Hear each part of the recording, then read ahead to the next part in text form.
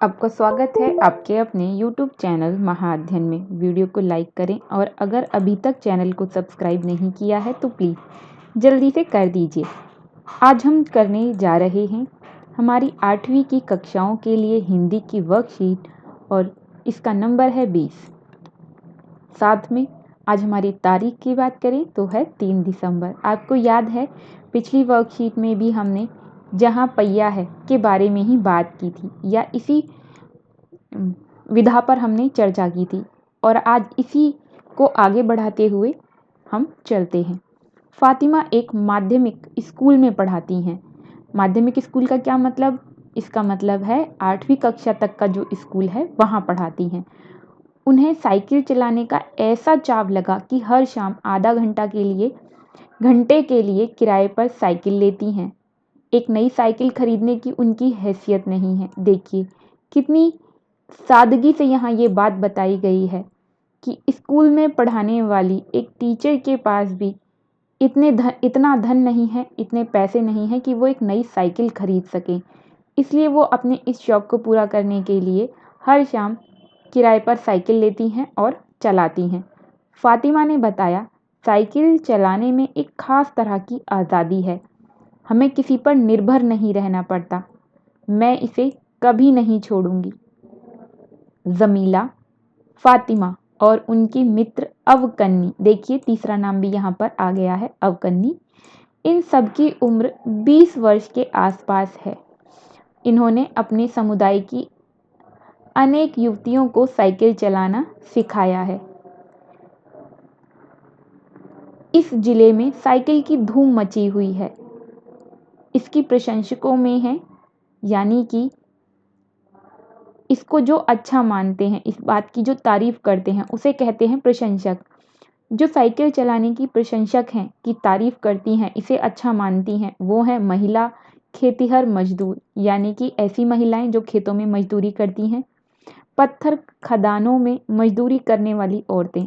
खदान पत्थर, जिन खदानों से पत्थर निकाले जाते हैं, जिसे हम खान भी कई बार कह देते हैं, वहाँ पर काम करने वाली औरतें और गाँव में काम करने वाली नर्सें इसकी प्रशंसक हैं। इसके अलावा बालवाड़ी और आंगनवाड़ी कार्यकर्ता, बेशकीमती पत्थरों को तराशने में लगी औरतें, साथ में स्कूल की अध्यापिकाएं भी साइकिल का जमकर इस्तेमाल कर रही हैं। तो आपसे पूछा जाए कि साइकिल कौन कौन चला रहा है तो आप बता सकते हैं बालवाड़ी आंगनवाड़ी की कार्यकर्ताएं, बेशकीमती पत्थरों को तराशने में लगी औरतें, साथ में स्कूल की अध्यापिकाएं। इसके अलावा ग्राम सेविकाएं और दोपहर को भोजन पहुंचाने वाली औरतें भी इसमें पीछे नहीं है, मतलब वो भी साइकिल का इस्तेमाल करती हैं। सबसे बड़ी संख्या उन लोगों की है जो अभी नव साक्षर हुई हैं। नव साक्षर हुई हैं, इसका क्या मतलब है? इसका मतलब है उन्होंने हाल फिलहाल में ही पढ़ना लिखना सीखा है। जिस किसी नव साक्षर अथवा नई साइकिल चलाने वाली महिला से मैंने बातचीत की, मैंने मतलब जिसने ये सारी बातें लिखी हैं, उसने साइकिल चलाने और अपनी व्यक्तिगत आज़ादी के बीच एक सीधा संबंध बताया। इसका मतलब उन्होंने जिस भी महिला से साइकिल के बारे में पूछा, उन्होंने कहा कि साइकिल चलाना व्यक्तिगत आज़ादी से जुड़ा हुआ है, क्योंकि साइकिल की वजह से ही वो अपनी ज़िंदगी को आज़ाद तरीके से जी पा रहे हैं या अपनी आज़ादी का प्रयोग कर पा रहे हैं। साइकिल के द्वारा वो इधर उधर घूमने आने जाने की स्वतंत्रता का प्रयोग कर पा रहे हैं। साइकिल आंदोलन की एक अगुआ का क्या मतलब है? अगुआ का मतलब है जो आंदोलन का नेतृत्व करते हैं, आगे चलते हैं, इसे हम आंदोलन का नेता भी कह सकते हैं। उनका कहना है कि मुख्य बात यह है कि आंदोलन ने महिलाओं को बहुत आत्मविश्वास प्रदान किया है। महत्वपूर्ण बात यह है कि इसने पुरुषों पर उनकी निर्भरता कम कर दी है। अब हम प्राय देखते हैं कि कोई औरत अपनी साइकिल पर 4 किलोमीटर की दूरी आसानी से तय करके पानी लाने जाती है। कभी कभी साथ में उसके बच्चे भी होते हैं। यहाँ तक कि साइकिल से दूर के स्थानों पर वो जाकर अपना सामान ढोकर ला सकती हैं, यानी कि खरीद सकती हैं, बाजार जाकर अपना सामान लेकर आ सकती हैं। इसके बाद वह कहती हैं, यकीन मानिए जब इन्होंने साइकिल चलाना शुरू किया तो इन पर लोगों ने जमकर प्रहार किया, जिसे इन्हें झेलना पड़ा। जमकर प्रहार करने का क्या मतलब है? बातों के प्रहार करना, विरोध करना, अलग अलग तरीके से परेशान करना। गंदी गंदी टिप्पणियां की गई, लेकिन धीरे धीरे साइकिल चलाने को सामाजिक स्वीकृति मिली, इसलिए महिलाओं ने इसे अपना लिया। तो धीरे धीरे इस बात को समाज के लोगों ने अपना लिया कि महिलाएं भी साइकिल चला सकती हैं, और इससे घर के ही बाकी लोगों को फ़ायदा होता है। जैसे अगर औरतें खुद जाकर बाजार से सामान खरीद कर ले आएंगी तो घर के पुरुषों को कुछ सहूलियत ही होगी।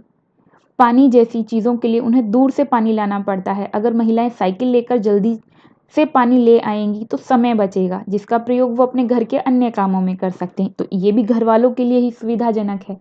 तो अब बढ़ते हैं आगे। आज हमने क्या सीखा? पुडुकोट्टई जिले में साइकिल का इस्तेमाल कौन कौन सी महिलाएं करती हैं? तो हमने बात की बालवाड़ी, आंगनवाड़ी, पत्थरों को तराशने वाली महिलाएं, साथ में अध्यापिकाएं, ग्राम सेविकाएं, दोपहर का भोजन पहुंचाने वाली महिलाएं, ये सभी इस्तेमाल करती हैं साइकिल का। यहाँ पर कोमा लगा लीजिए। इसके बाद अगले प्रश्न की अगर हम बात करें तो अगले प्रश्न में हमसे पूछा गया है, आपके अनुसार महिलाओं ने साइकिल चलाने और अपनी व्यक्तिगत आज़ादी के बीच सीधा संबंध क्या बताया होगा? हमारे अनुसार महिलाओं ने बताया होगा कि वह आने जाने की स्वतंत्रता का प्रयोग साइकिल के द्वारा कर पा रही हैं। आगे बढ़ते हैं अगले प्रश्न की ओर। अगर अगले प्रश्न पर हम ध्यान दें तो यहाँ पर हमसे पूछा गया है कि पुडुकोट्टई में साइकिल चलाने से आत्मविश्वास व आत्मनिर्भरता कैसे आए होंगे? ये हमें कल्पना करके बताना है, सोच कर बताना है। तो अकेले आने जाने और अपने काम को पूरा करने से महिलाओं का आत्मविश्वास बढ़ा होगा और वह अपने कार्यों के लिए दूसरों पर अब निर्भर नहीं है। इस तरह उनकी आत्मनिर्भरता भी बढ़ी होगी। चौथे प्रश्न की बात करें तो ग्रामीण महिलाओं के लिए साइकिल आंदोलन शुरू करने से पहले क्या क्या बाधाएं आई होंगी, ये भी सोच कर लिखना है। तो इसमें कई सारी बाधाएं हैं, अगर हम ध्यान से देखें तो एक तो हम कुछ चीज़ें तो हमने खुद यहाँ पर वर्कशीट में ही पढ़ी, जिसमें बताया गया कि लोग तरह तरह के व्यंग्य कसते थे, उन्हें इस बात की इजाज़त शुरू में नहीं मिली होगी। तो सबसे पहला बिंदु, उन्हें उनके घर वालों ने ऐसा करने के लिए मना किया होगा। दूसरा, घर वालों को उन्होंने राजी कर भी लिया होगा तो समाज के लोगों ने उन पर तरह तरह के व्यंग किए होंगे।